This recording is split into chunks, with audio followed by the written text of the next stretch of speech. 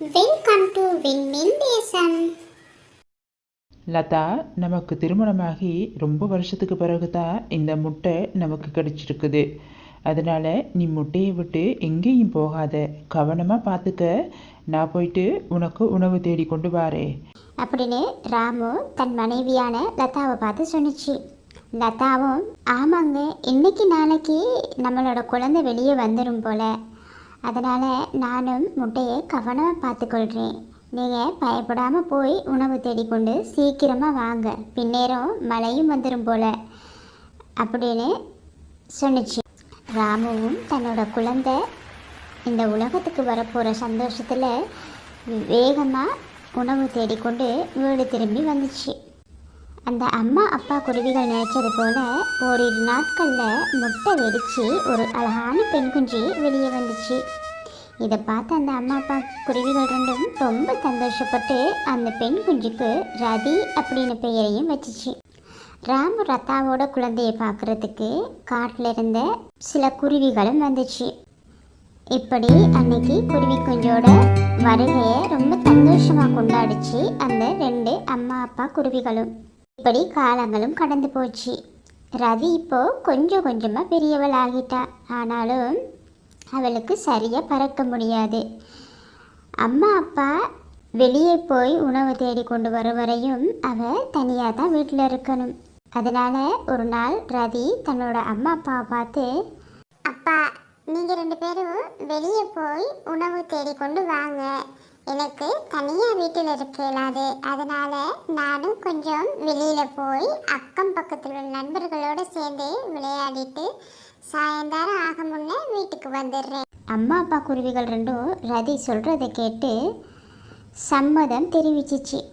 ஆனால் லதா ரதியை பார்த்து, இங்கே பாரு செல்லம், ரொம்ப தூரம் போகாத, இது அடர்ந்த காடு, வழி தவறி போனால் உன்னை கண்டுபிடிக்கிறது ரொம்ப கஷ்டம், உனக்கு இப்போ சரியாக பறக்கவும் முடியாது, அதனால் ரொம்ப தூரம் போகாத, பக்கத்திலே விளையாடு, நடந்தே போ, சரியா?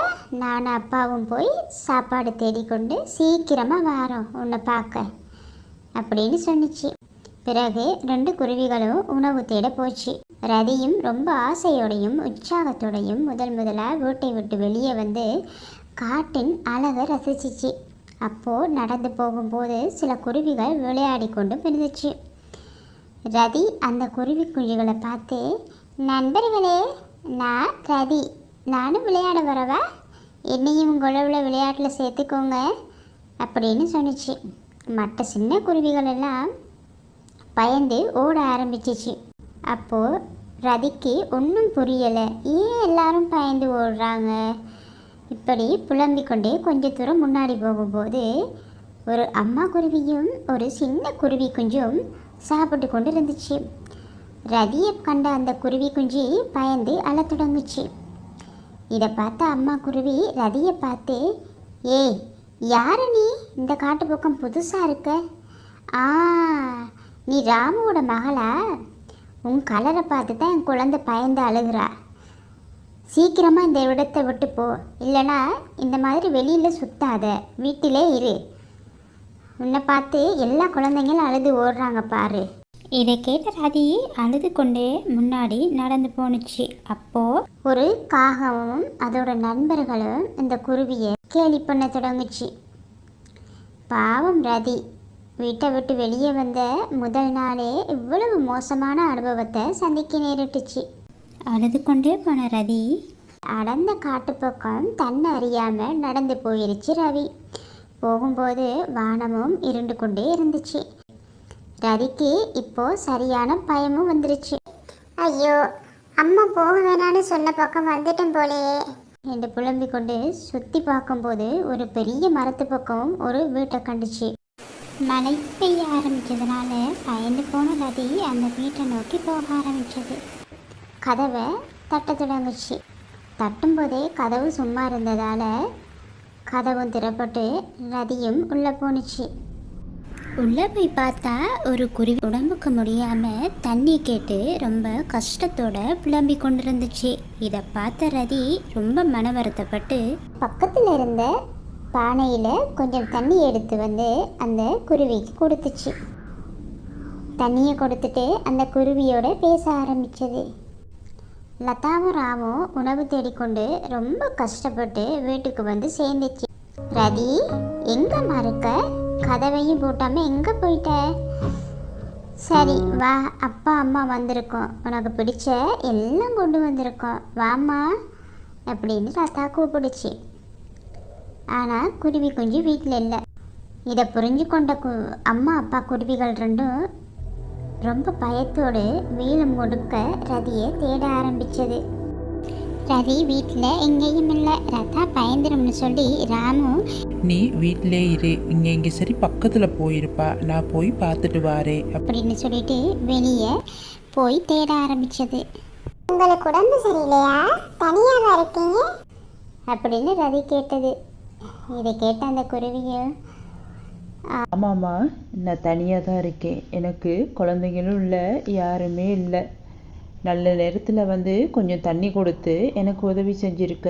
ஆமாம், நீ யார்? பார்க்குறதுக்கு ரொம்ப சின்னவளாக இருக்க, நீ எப்படி இந்த காட்டுக்குள்ளே வந்த அப்படின்னு கேட்டுச்சு. இதை கேட்ட ரதி நடந்த எல்லா விஷயங்களையும் சொன்னிச்சு. ஓ, அப்படியா விஷயம்? சரி சரி, அதெல்லாம் நினச்சி கவலைப்படாத. இப்போ உனக்கு ரொம்ப பசியாக இருக்கும் தானே? உள்ளே போய் ஒரு தட்டில் ஒரு சிகப்பு பழம் கொஞ்சம் இருக்கு, அதை நீ சாப்பிடு. ரதியும் காலையிலேருந்து வெளியில் வந்ததால் ரொம்ப பசியோடு இருந்துச்சு. அந்த பழத்தை எடுத்து வந்து சாப்பிட ஆரம்பித்த மறு நிமிஷமே குருவி குஞ்சு அதோட அம்மா போல ரொம்ப வெள்ளி அம்மாரா ஆச்சு. இதை உணர்ந்த ரதி ஆச்சரியத்தோட பார்த்து கொண்டே இருந்துச்சு. அடடே, இந்த பழத்தை சாப்பிட்டு நான் ரொம்ப அழகாக மாறிட்டேன் போலையே. இது என்ன பழம்? ஓ, அதுவா? அது இந்த பக்கத்து காட்டில் உள்ள பழம் தான். அதை சாப்பிட்டா யாருமே அழகாக மாறிடுவாங்க. சரிம்மா, இப்போ மழையும் நின்றுருச்சு, உங்கள் அம்மா அப்பா பயத்தோடு இருப்பாங்க. ஆனால் எனக்கு வழி தெரியாதே. பயப்படாமல் நீ வெளியே போ, உன் அப்பா பக்கத்தில் தான் இருக்காரு, தைரியமாக போ. மறுபடியும் எப்போது வேணாலும் வா. ரதி அது மாய் சக்தி வாய்ந்த குருவி என்று தெரியாமலே அந்த பழத்தையும் சாப்பிட்டு அந்த இடத்தை விட்டு வெளியே போணுச்சு. அந்த மாய் சக்தி வாய்ந்த குருவி சொன்னது போல ரதியோட அப்பாவும் ரதியை தேடிக்கொண்டு அந்த காட்டு பக்கமாக வந்திருந்துச்சு. ரதி உடனே அப்பா என்று அழைச்சிச்சு. ரதி, நீயா இது? நீ எப்படி இவ்வளவு கலராக மாறின? இதை கேட்ட ரதி நடந்த எல்லா விஷயத்தையும் சொன்னிச்சு. இது மாய சக்தி வாய்ந்த குருவியோட வேலை தான் அப்படின்னு புரிஞ்சு கொண்ட ராம்பு சீக்கிரமாக அந்த இடத்தை விட்டு தன்னோட குழந்தையை மலைச்சி கொண்டு வீட்டுக்கு போணுச்சு. வீட்டுக்கு போன ராமு தன் மனைவியை சந்திச்சு எல்லா விஷயத்தையும் எடுத்து சொன்னிச்சு. ஒரு பக்கம் பயந்தாலும் மறுபக்கம் ரொம்ப சந்தோஷப்பட்டுச்சு லதா. ஏன்னு சொன்னால் இவ்வளவு நாட்களாக தன்னோட குழந்தைய பார்த்து எல்லாரும் கருப்பு கருப்புன்னு கேலி பண்ணாங்க. இனி சரி அவ வாழ்க்கையில் ரொம்ப சந்தோஷமாக இருப்பா அப்படின்னு நினச்சிச்சு. அப்போ ரதி சொன்னிச்சு, அப்பா அந்த பழத்தை நீங்களும் சாப்பிட்டா நல்லா என்ன மாதிரி கலராக மாறிடுவீங்க. இல்லைம்மா, எனக்கு இந்த கலரு ரொம்ப பிடிச்சிருக்கு. ஏன்னா நான் பிறக்கும் போதே இந்த கலரோட தான் பிறந்தேன். எங்களோட குழந்தை நீ ரொம்ப அழகாக இருந்தா அது போதும் எனக்கு. அப்பா இப்படியே இருக்கிறேன். இதை கேட்ட ரதியும் பார்த்து கொண்டே இருந்துச்சு.